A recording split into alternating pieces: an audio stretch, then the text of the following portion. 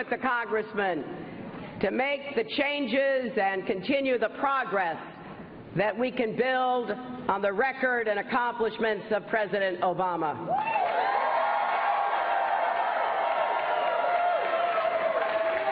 And to the almost 850,000 people who have contributed what they could, most giving less than $100, I thank each and every one of you. Now, every day since Iowa, more and more of you have stepped up. Today, grassroots donors are powering this campaign.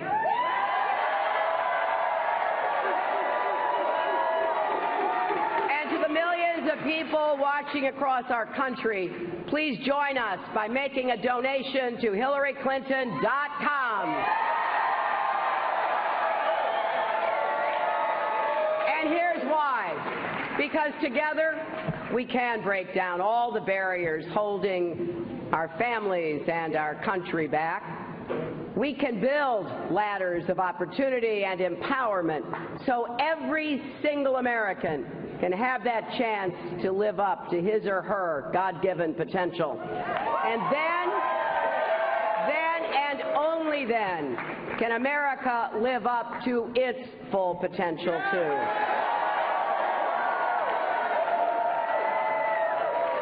This campaign and this victory tonight is for the parents and teachers in rural South Carolina. They showed me crumbling classrooms in communities too long neglected. We're going to work together to give our children the education they need and deserve here in South Carolina and across America.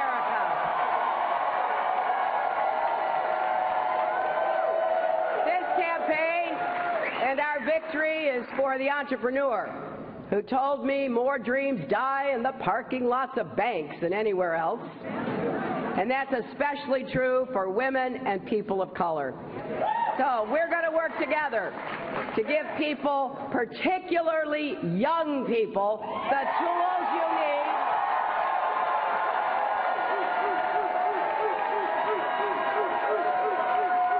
to start that small business you've been dreaming of.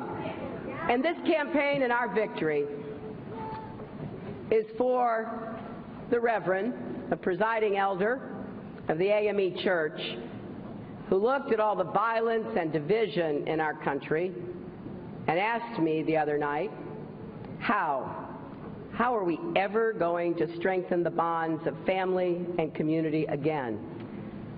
Well, we're going to start by working together with more love and kindness in our hearts and more respect for each other, even when we disagree.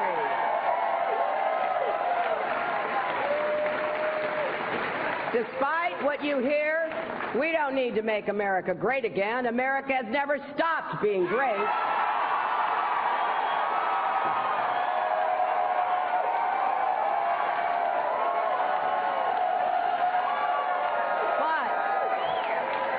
But we do need to make America whole again.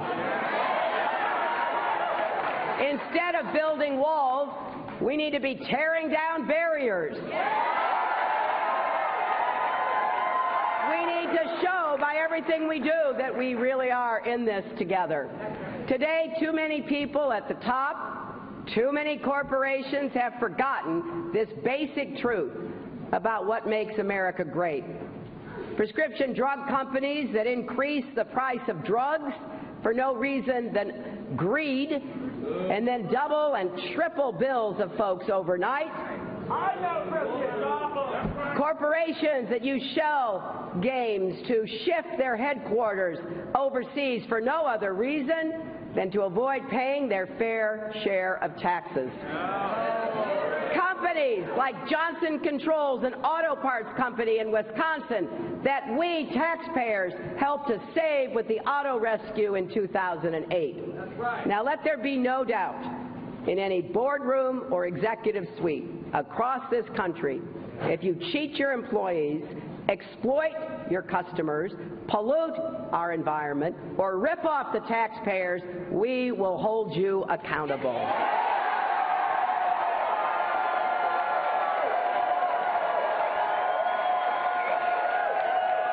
can. Don't let anybody tell you we can't make things in America. I know we can, and I know we will. Let's break down the barriers that keep people on the sidelines of our economy, especially women.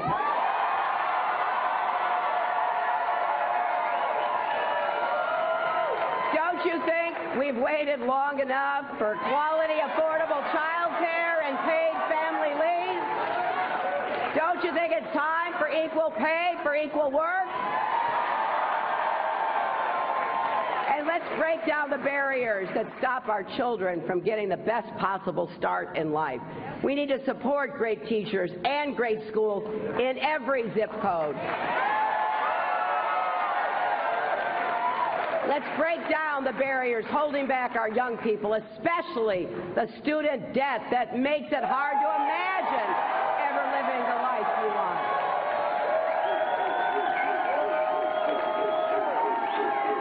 And we are going to give special support to our historically black colleges and universities, which play a vital role in this state and across our country. Now, breaking down all the barriers means we also have to face the reality of systemic racism that more than a half a century after Rosa Parks sat and Dr. King marched and John Lewis bled still plays a significant role in determining who gets ahead in America and who gets left behind. We have to invest in communities of color, reform our broken criminal justice and immigration systems. We have to guarantee opportunity, dignity, and justice for every American. And tonight, I want to pay tribute to 5 extraordinary women who crisscrossed this state with me and for me. 5 mothers brought together by tragedy. Sabrina Fulton, mother of Trayvon Martin, shot and killed in Florida just for walking down the street. Lucy McBath, mother of Jordan Davis, shot and killed by someone who thought he was playing his music too loud in his car. Maria Hamilton, mother of Dontre, shot and killed by police in Milwaukee. Gwen Carr, mother of Eric Garner, choked to death after being stopped for selling loose cigarettes on the street. And Geneva Reed Veal, mother of Sandra Bland, who died in police custody in Texas. They all lost children, which is almost unimaginable. Yet, they have not been broken or embittered. Instead, they have channeled their sorrow into a strategy and their mourning into a movement. And they are reminding us of something deep and powerful in the American spirit. By now, we all know the story of Flint, Michigan. Our city's children were poisoned by toxic water because their governor wanted to save a little money. But there's another side to the story in Flint. It's a story of a community that's been knocked down but refused to be knocked out. It's hundreds of union plumbers coming from across the country to help install new water fixtures.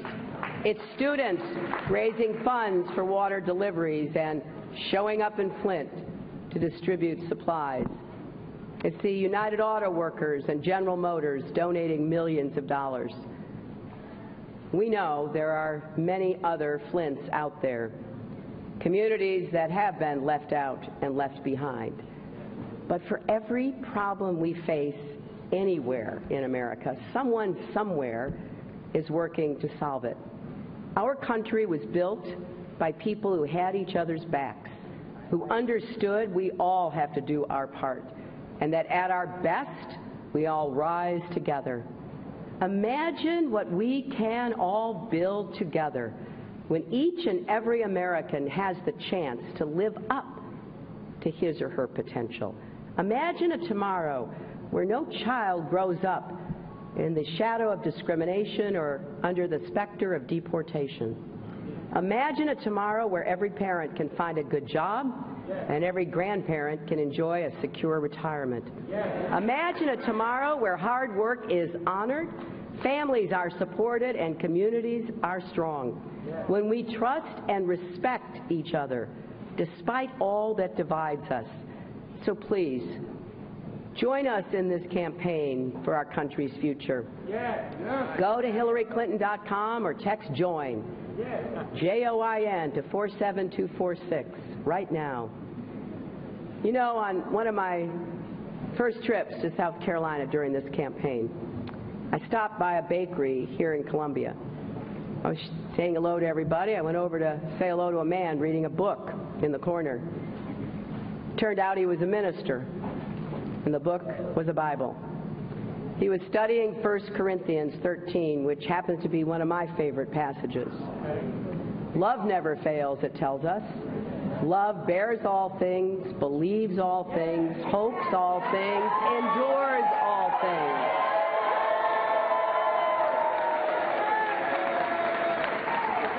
These are words to live by, not only for ourselves, but also for our country.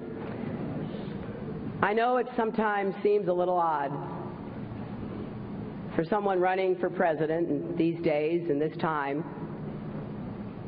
to say we need more love and kindness in America. But I'm telling you from the bottom of my heart, we do. We do. We have so much to look forward to. There's no doubt in my mind that America's best years can be ahead of us. We have got to believe that. We've got to work for that. We have to stand with each other. We have to hold each other up, lift each other up, move together into the future that we will make. Thank you. God bless you, and God bless America. And as a result, many only hear about Muslims and Islam from the news after an act of terrorism or in distorted media portrayals in TV or film, all of which gives this hugely distorted impression.